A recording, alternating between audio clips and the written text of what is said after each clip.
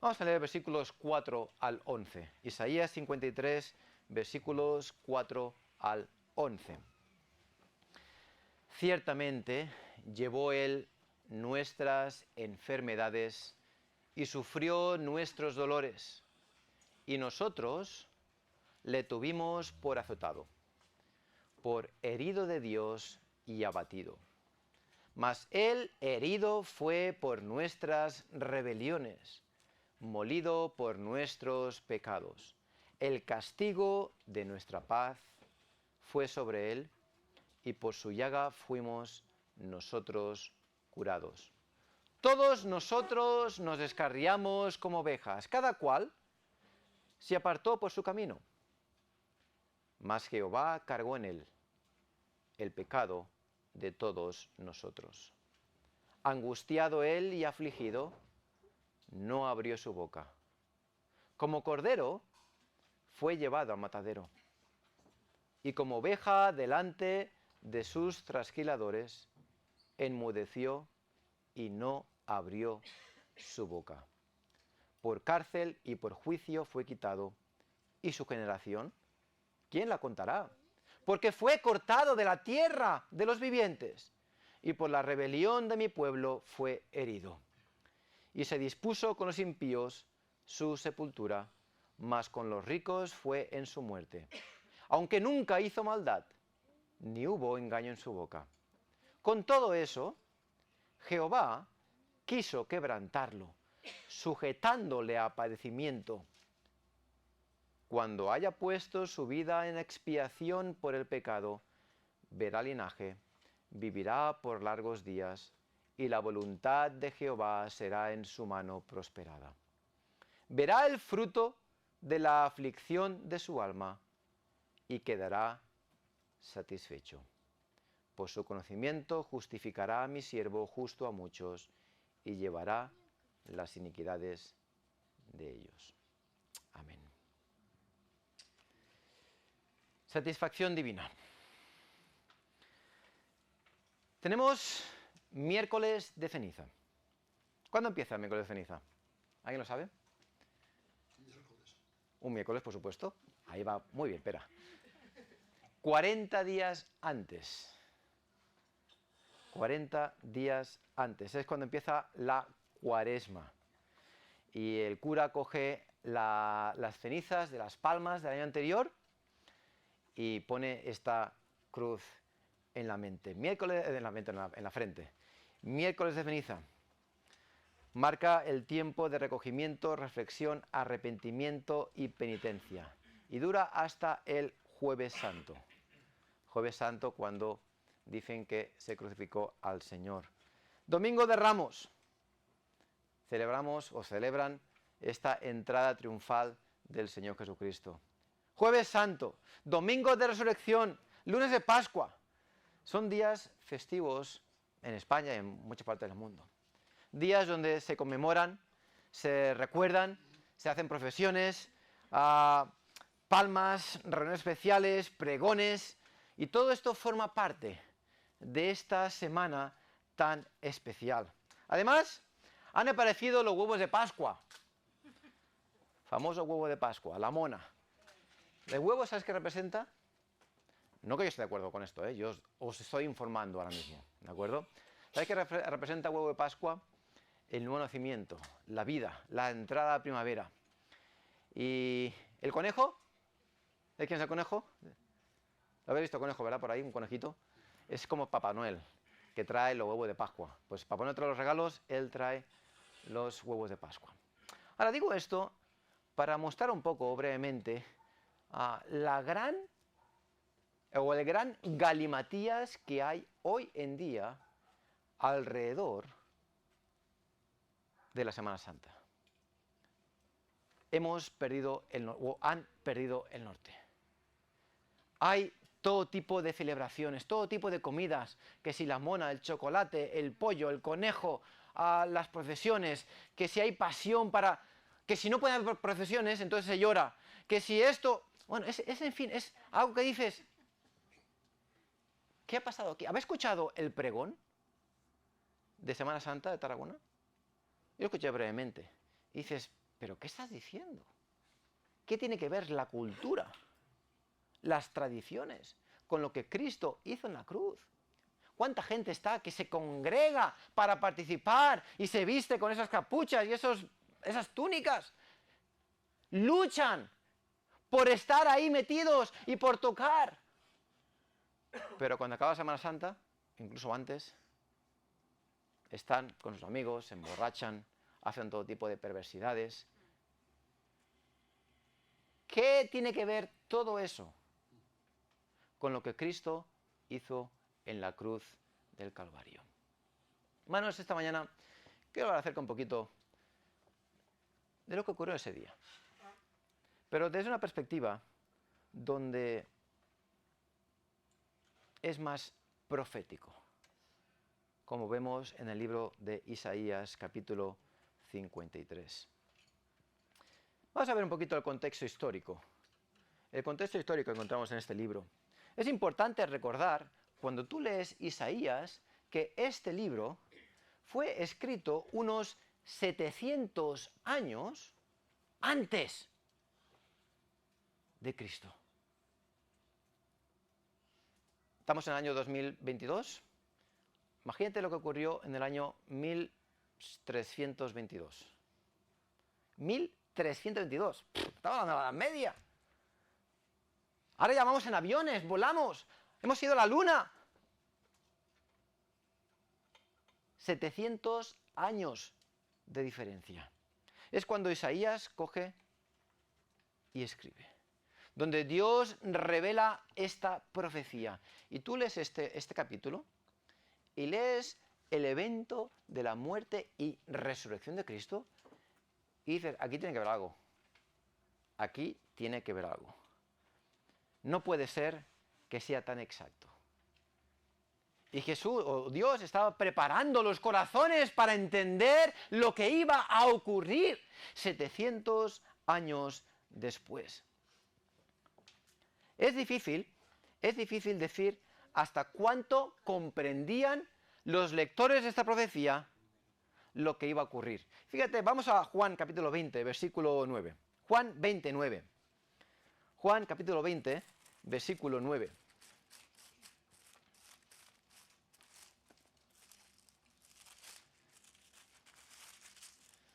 Dice, porque aún no habían entendido la Escritura que era necesario que Él resucitase de los muertos. Fíjate, al final del libro de Juan, ¿vale? Cuando ya estaba todo llegando a la culminación, los discípulos todavía no habían entendido. Esta profecía de 700 años que tenían en sus manos estaba todavía medio velada en sus corazones. No la comprendían, a pesar de que, claro, nosotros estamos aquí 2000 años después, la leemos y, claro, por supuesto, el Cordero de Dios, Cristo murió por nosotros. Él tomó nuestro lugar, Él murió por nosotros. Él es ese siervo que se entregó como un cordero, que no dijo nada, y Él se dio a sí mismo. Pero es que en aquel momento, para ellos era algo como que no entraba en su mente. Isaías escribe, ¿hasta cuándo entendió lo que estaba escribiendo? Porque ni siquiera los discípulos, después de estar 3 años con Jesús, acababan de entender, les costó entender lo que Cristo iba a hacer. Lucas 24, 44 a 47, algo similar, dice, les dijo, estas son las palabras que os hablé estando aún con vosotros, que era necesario que se cumpliese todo lo que está escrito de mí en la ley de Moisés, en los profetas y en los salmos. Entonces les abrió el entendimiento, ahora entendemos, para que comprendiesen las Escrituras. Y les dijo, así está escrito, y así fue necesario que el Cristo padeciese y resucitase de los muertos al tercer día, y que se predicase en su nombre el arrepentimiento y el perdón de pecados en todas las naciones, comenzando desde Jerusalén. Así que no sabemos cuánto entendían, pero finalmente Cristo abrió su entendimiento. Hoy en día muchos celebran la Semana Santa, haciendo cosas. Es como dice, como hemos leído esta mañana, Pablo recrimina a la iglesia en Corinto de que se reunían para lo peor y no para lo mejor. Hermanos, digo una cosa, las procesiones de hoy en día son reuniones, no de la iglesia, porque no son salvos, pero son reuniones para lo peor, no para lo mejor. Porque son como aquellos judíos que con palmas están alabando a Dios. Pero Dios o Cristo conoce sus corazones y sabe cuán lejos están de Él. Porque sí que le alaban y con las palmas van ahí a darle. Pero su corazón está muy lejos de Cristo. Ahora el creyente tiene el privilegio de celebrar el día de la resurrección de Cristo, entendiendo lo que Cristo ha hecho por ti y por mí. ¿Y sabes qué ha hecho por ti y por mí? Vamos a verlo. Vamos a verlo. Satisfacción en el sacrificio. En esta mañana vamos a ver 2 puntos. Satisfacción en el sacrificio y satisfacción del sacrificio. En el sacrificio y del sacrificio. Así que la primera parte del capítulo 53, versículo 10, la segunda parte dice: cuando haya puesto su vida en expiación por el pecado, verá linaje, vivirá por largos días, y la voluntad de Jehová será en su mano prosperada. Satisfacción en el sacrificio.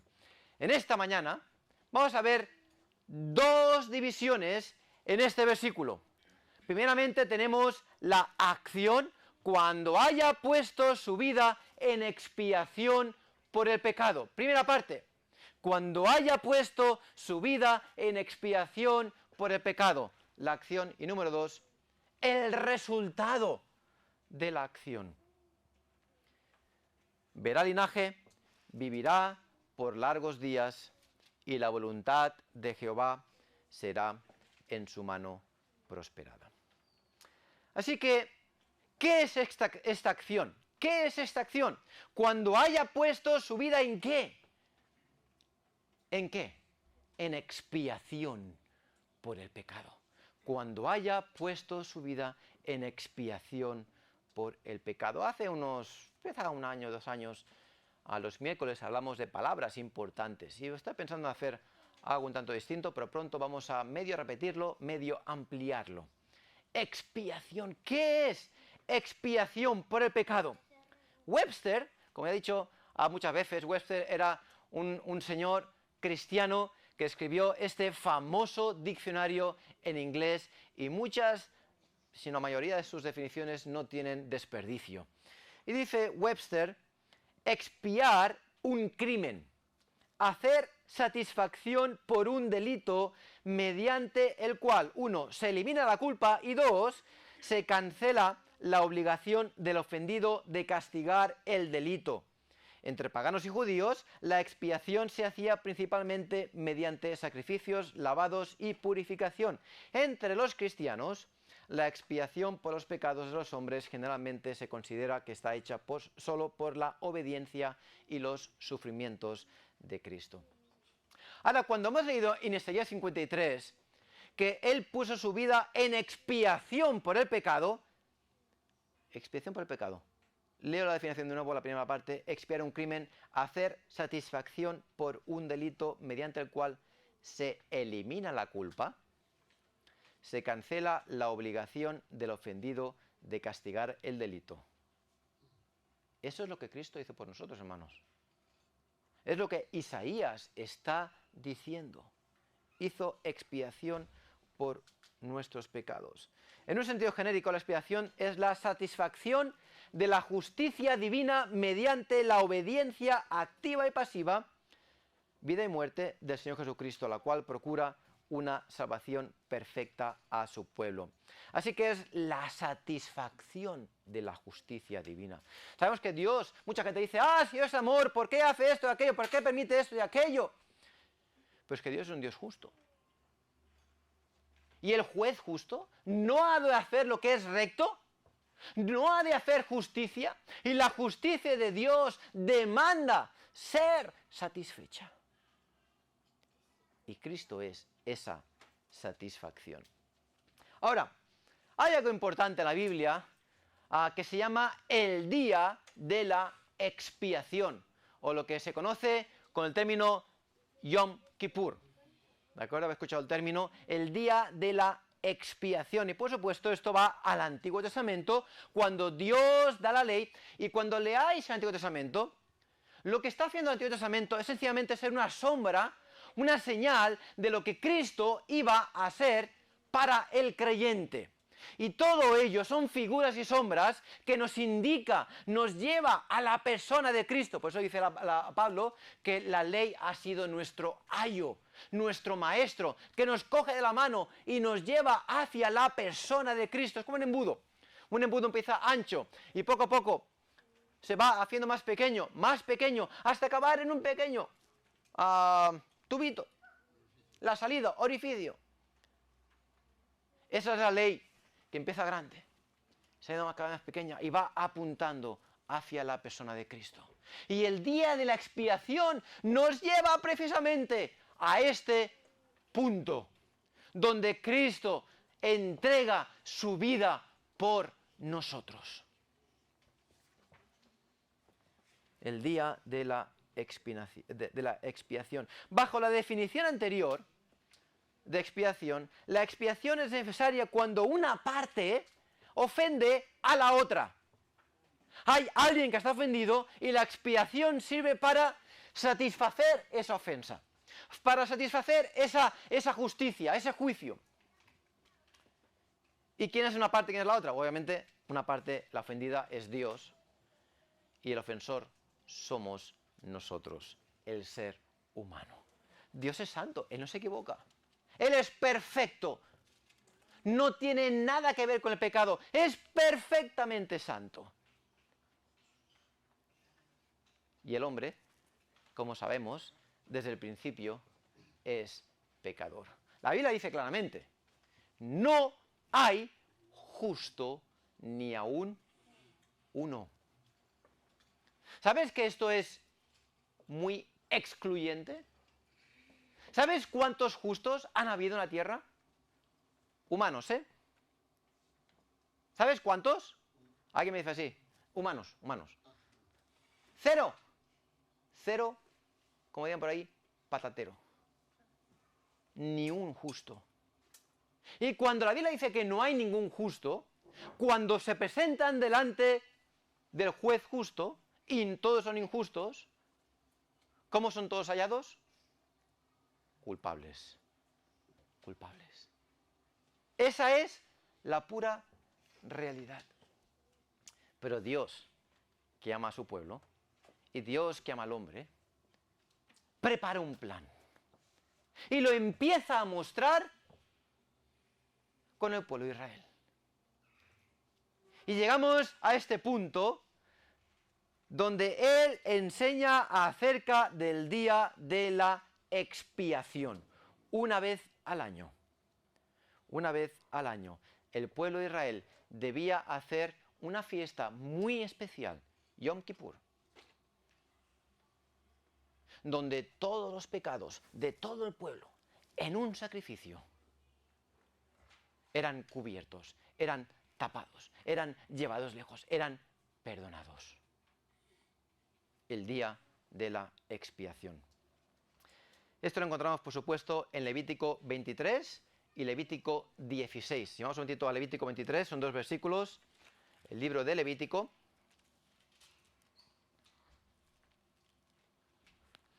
Capítulo 23.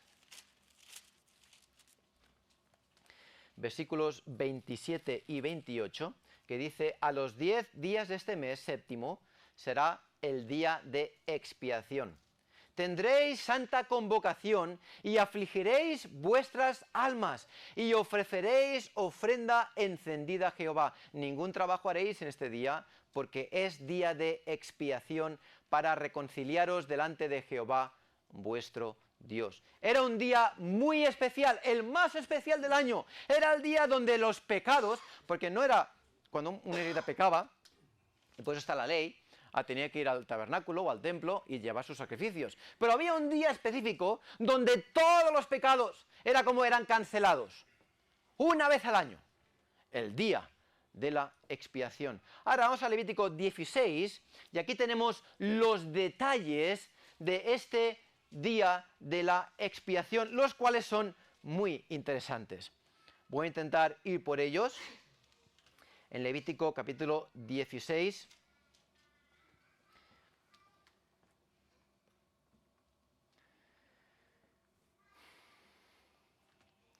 Y tenemos, versículo 1, habló Jehová a Moisés después de la muerte de los dos hijos de Aarón, cuando se acercaron delante de Jehová y murieron. Y Jehová dijo a Moisés, di a Aarón tu hermano, que no en todo tiempo entrará en el santuario detrás del velo, delante del propiciatorio que está sobre el arca, para que no muera, porque yo apareceré en la nube sobre el propiciatorio. Si os acordáis, el tabernáculo, no voy a hablar ahora de la extensión de ello, un día lo haremos, Dios mediante, pero no hoy.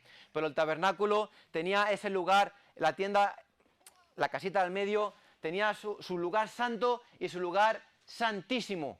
Y entre uno y el otro había un velo. Y por cierto, ¿qué es lo que se rasgó cuando Cristo murió en la cruz? Expió nuestros pecados.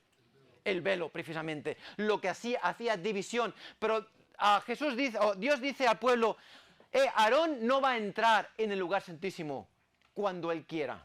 No, lo va a hacer una vez al año. Y de un modo muy específico.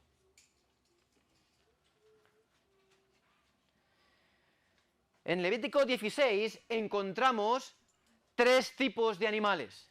Tenemos el becerro, tenemos el carnero y tenemos el macho cabrío. Lo he puesto aquí porque yo siempre me lío. ¿De acuerdo? ¿Qué es un becerro? ¿Qué es un becerro? Bueno, el becerro es la cría de la vaca. ¿De acuerdo? El becerro es la cría de la vaca. Macho. El carnero es el macho de la oveja y el macho cabrío es el macho de la cabra.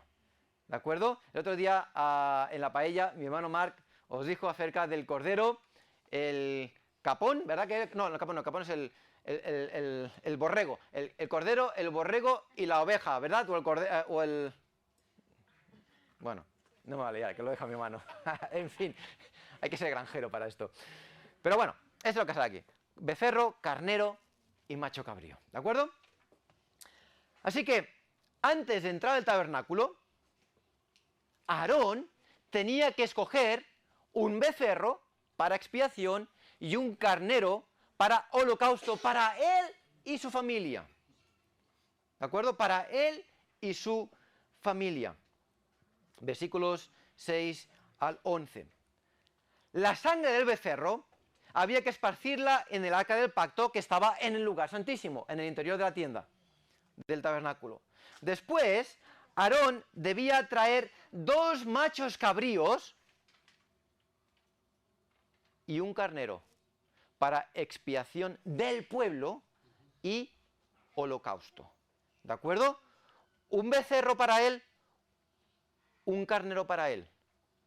2 machos cabríos para el pueblo y un carnero para el pueblo. ¿De acuerdo?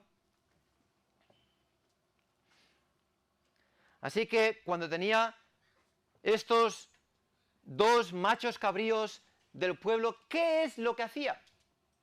Dice la Biblia que tenía que echar suerte. No con un dado, no sé cómo lo harían, pero no con un dado, pero echaban suertes. Habían 2, con 2 destinos muy distintos. Pero los 2 hablan de la expiación que iba a ocurrir de los pecados del pueblo. Y los 2 hacen referencia a lo que Cristo hizo por nosotros en la cruz. Y quiero que pongas atención a esto, porque uno era sacrificado,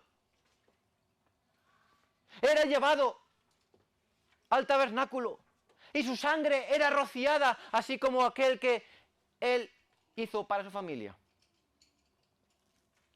Y el otro era para Azazel, llevado al desierto, y la culpa era olvidada. Fíjate lo que representa la expiación en el día de la expiación. Uno elimina la culpa y el otro, la culpa es olvidada. Elimina la culpa y la culpa es olvidada. Esta imagen es muy representativa de lo que Cristo hizo en la cruz del Calvario. Cuando Él satisfizo la justicia de Dios, canceló la culpa. Pero no solo eso, sino que la olvidó.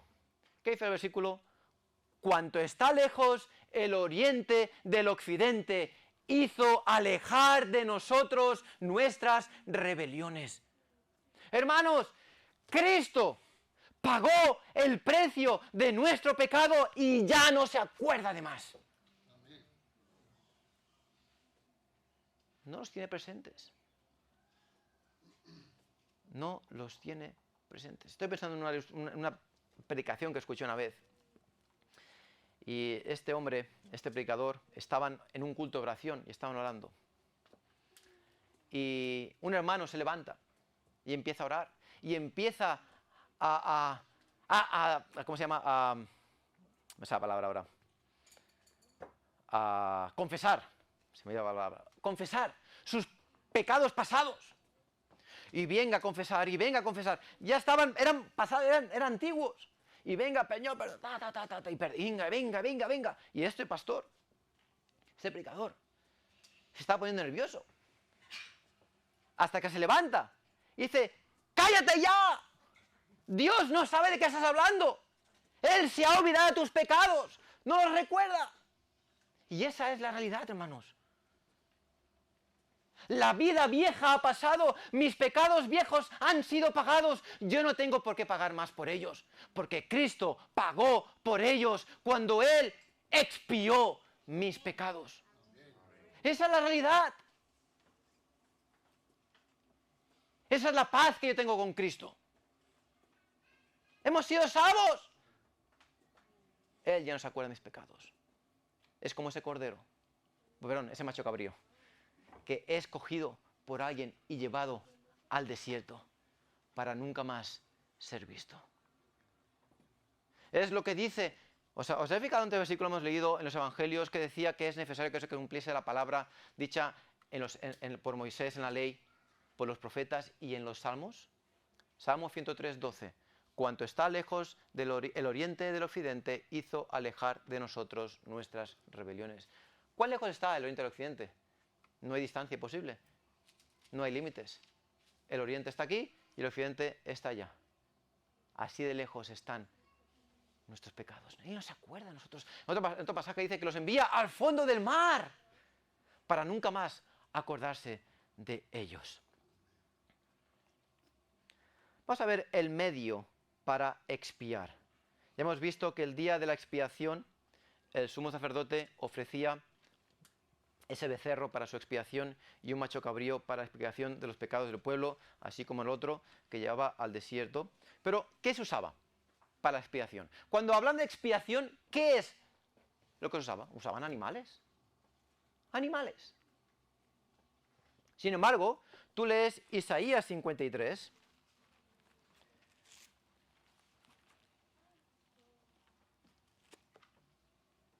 ¿Y de qué habla Isaías 53? De este siervo. ¿Y qué es este siervo? ¿Qué es? Es un hombre. ¿Expiación? ¿Un hombre? ¿Cómo? ¿Que alguien tiene que morir? ¿Una persona va a morir? Por si siempre son animales. ¿Qué significa esta persona? ¿Qué es? ¿Qué pasa aquí? Las expiaciones, los sacrificios, de hecho es que un sacrificio humano era una abominación para Dios. ¿Y está hablando de un hombre que va a dar su vida en expiación? Dice el versículo, despreciado y desechado de entre los hombres, varón de dolores. Varón de dolores. ¿Recuerda el himno que hemos cantado esta mañana? El varón de gran dolor. Qué precioso. Que Dios, 700 años antes, anuncia antes de que ocurriese, que habría un varón, un hombre, un Emmanuel, Dios con nosotros. ¿Qué iba a hacer? Expiar. Va a poner su vida en expiación por el pecado. Hasta ese momento y durante 700 años más había un día de expiación cada año. Pero iba a haber un momento en que un hombre iba a expiar, iba a ser distinto. Cuando haya puesto su vida en expiación por el pecado. La persona que describe el capítulo 53 hace la función de este macho o de estos machos cabríos para expiar los pecados, para cubrir los pecados, para hacerlos invisibles, enviándolos lejos de los ojos de Dios. Hebreos 7:27 dice que no tiene necesidad cada día, como aquellos sumos sacerdotes, de ofrecer primero sacrificios por sus propios pecados y luego por los del pueblo, porque esto lo hizo como una vez para siempre. Una vez para siempre. No es como la hostia que hace en la Iglesia Católica, que es el cuerpo de Cristo y que siempre, continuamente, muere por los pecados. ¡No! La Biblia dice claramente que lo hizo una vez para siempre. Y todo aquel que va a Cristo Jesús, sus pecados no solo son perdonados, sino que además desaparecen de la faz de la tierra. Ya no están presentes ante Dios, somos libres de ellos. Hebreos 10:4, porque la sangre de los toros y de los machos cabríos no puede quitar los pecados. Pero ¿quién puede quitar los pecados? La sangre del Señor Jesucristo nos limpia de todo pecado. Así que debemos darnos cuenta que Dios, en su sabiduría, prepara de antemano el entendimiento del hombre para que entendiese que era necesario que la transgresión, el pecado, la desobediencia tuviese un castigo. Y en su benevolencia permitió que hubiese un sustituto. Ya no imperfecto, como los animales, que eran inocentes, pero eran animales, sino un sustituto perfecto. El que estaba colgado en la cruz no era solo Jesús, era Emmanuel, era Dios con nosotros. Y hermanos, estuvieron o crucificaron al Señor Jesucristo, a Dios con nosotros. Y Él es la expiación por nuestros pecados.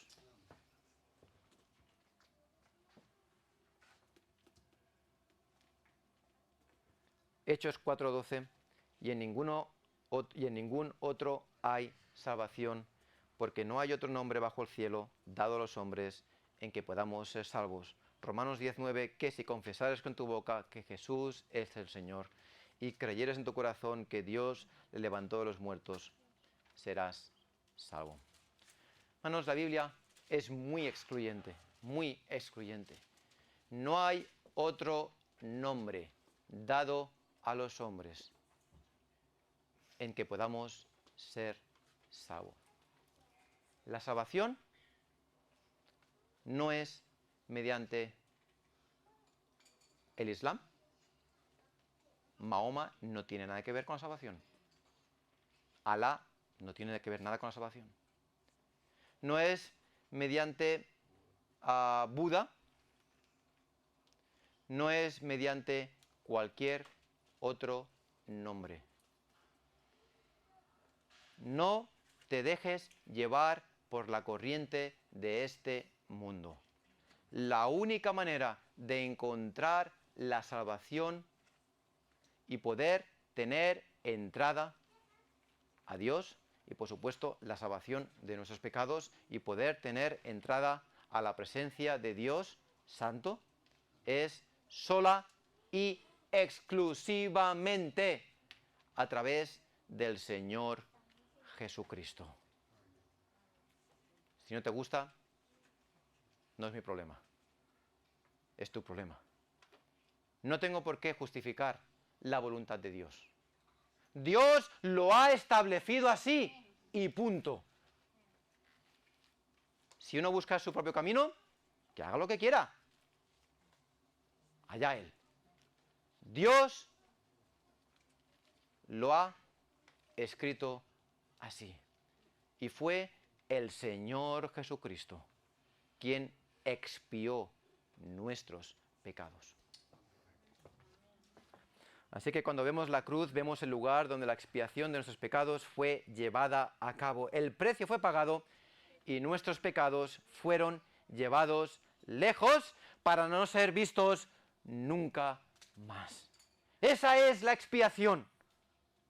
Eso es lo que ocurre en la cruz del Calvario. ¿A cuál fue el resultado de la acción? Fíjate que dice, cuando haya puesto su vida, cuando haya puesto su vida, está hablando de una acción ¿qué? Una acción terminada, una acción consumada. ¿Te suenan las palabras? ¿Qué es lo que dice Jesús al acabar? Al morir. Consumado es. La obra ha sido acabada. Cuando haya puesto su vida en expiación, la obra fue consumada. Y lo que ocurre en ese momento es algo indescriptible. Es maravilloso. Y Isaías 53 nos da una breve descripción. ¿Qué ocurre? Número 1, verá linaje. ¿Cómo puede ver linaje si está muerto? ¿Cómo puede ver a alguien si estás muerto? ¿Qué dice Isaías 53? Que no es como el macho cabrío que se degolla y ya está. No. Sino que él vuelve a vivir. Isaías 53 está diciendo que él pone su vida, él muere, pero él verá. Ya está diciendo que él resucita y verá linaje. Juan 1, 12 y 13. Mas a todos los que le recibieron, a los que creen en su nombre, les dio el poder, les dio la potestad de ser ¿qué? ¿Hechos qué? Hijos de Dios. Verá linaje. Linaje habla de familia. Hijos de Dios. ¿Pero qué dice el siguiente versículo? Los cuales no son engendrados de sangre, ni de voluntad de carne, ni de voluntad de varón, sino de ¿qué? De Dios. Verá linaje. Segundo resultado, vivirá por largos días. De nuevo, había muerto, pero ha vuelto a vivir. Gloria a Dios. Vivirá por largos días. Salmo 21:4 dice, vida te demandó y se la diste, largura de días eternamente y para siempre. Salmo 89:4, para siempre confirmaré tu descendencia y edificaré tu trono por todas las generaciones. ¿A qué está diciendo este versículo en Isaías que vivirá por largos días? Está haciendo referencia a las profecías que Dios da al siervo, al hijo de David, al tronco, a ese brote de Isaí. Vivirá eternamente. Y finalmente, número 3, la voluntad de Jehová será en su mano prosperada. El autor Edward Young dice, en esta frase conclusiva, Isaías resume la interpretación de la obra del siervo. A través de la mano del siervo, es decir, a través de su mediación, aquello en lo que el Señor se deleitaba, a saber, el propósito de que los pecadores fueran redimidos y justificados, prosperaría. Su propósito, la voluntad de Dios sería cumplida. Se llevaría a cabo a la perfección. Es el siervo quien lleva a cabo y llevará a cabo en toda su extensión lo que Dios ha determinado cumplir. No fue el pueblo que crucificó a Cristo. Él se entregó a sí mismo. Él dio su vida por ti y por mí. Ellos fueron la herramienta y son culpables de ello. Pero Cristo la puso porque Él quiso. Porque era la voluntad. No mi voluntad, sino la tuya. Era el plan divino. Y ya Él llevaba, podemos decir, cociéndolo en el Antiguo Testamento, mediante enseñanzas, mediante sombras, mediante sacrificios. Lo iba preparando. Era el plan perfecto y divino para llegar a ese momento de la expiación de nuestros pecados. Así que el sufrimiento de Cristo fue la voluntad de Dios y no fue en vano. Después de estudiar este versículo, ¿qué puede quedar por hacer ahora? ¿Quién hizo la expiación? El Señor Jesucristo. La justicia de Dios fue satisfecha mediante la expiación del siervo, de Jesús, de Emmanuel, Dios con nosotros. Segundo punto, y este es muy breve, no os preocupéis, 2 minutos más y ya estoy. Satisfacción del sacrificio. Satisfacción del sacrificio. Versículo 11 de Isaías 53, verá el fruto de la aflicción de su alma y quedará satisfecho. ¿Qué significa la palabra satisfacer? Satisfacer significa pagar completamente lo que se debe. Cristo satisfizo lo que nosotros debíamos. ¿Qué es satisfecho? Complacido y contento. Aquí está el culpable y aquí está aquel contra quien se ha pecado. El culpable va a satisfacer y Dios se queda satisfecho. ¿En qué? En la obra en general. Si la expiación es satisfacer, Cristo da un paso atrás y puede ver en una perspectiva completa todo lo que Él o la expiación significaba. Y dice, verá el fruto de la aflicción de su alma y quedará satisfecho. Hay un himno que dice, y lo he traducido, está en inglés, y la traducción no sería buena para cantarlo, no saldría bien, por lo menos yo no soy poeta, pero el himno dice, un día, en un campo de batalla, se dio una orden a un soldado en una tierra muy lejos de casa. Subir la colina significaba una muerte segura. Con determinación, decidió seguir adelante. En su mente, imaginó a personas viviendo en libertad. Todo por el precio que pagaría. Su vida, un sacrificio por su propia elección, pero ¡oh, qué victoria ese día! Tomó la colina, un soldado perfecto. Tomó la colina, ahora la batalla ha terminado. El precio fue pagado, nuestra bandera fue levantada, cumplida su tarea, tomó la colina. Hablando de Cristo. Pero esta frase la he pensado muchas veces, es preciosa. En su mente, imaginó a personas viviendo en libertad. Todo por el precio que Él pagaría. Isaías 53 dice, verá el fruto de la aflicción de su alma y quedará satisfecho.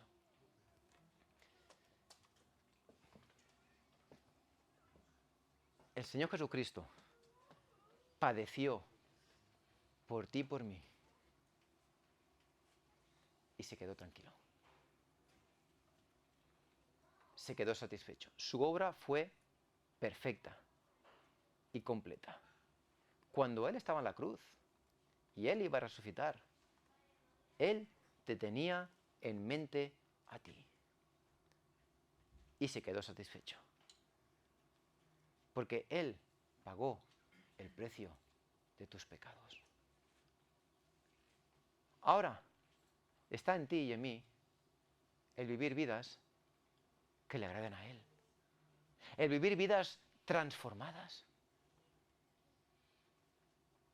Para que Él se pueda complacer en ti.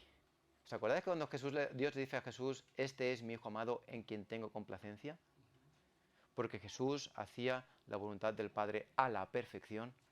Hermanos, Él se quedó satisfecho en la obra que Él hizo.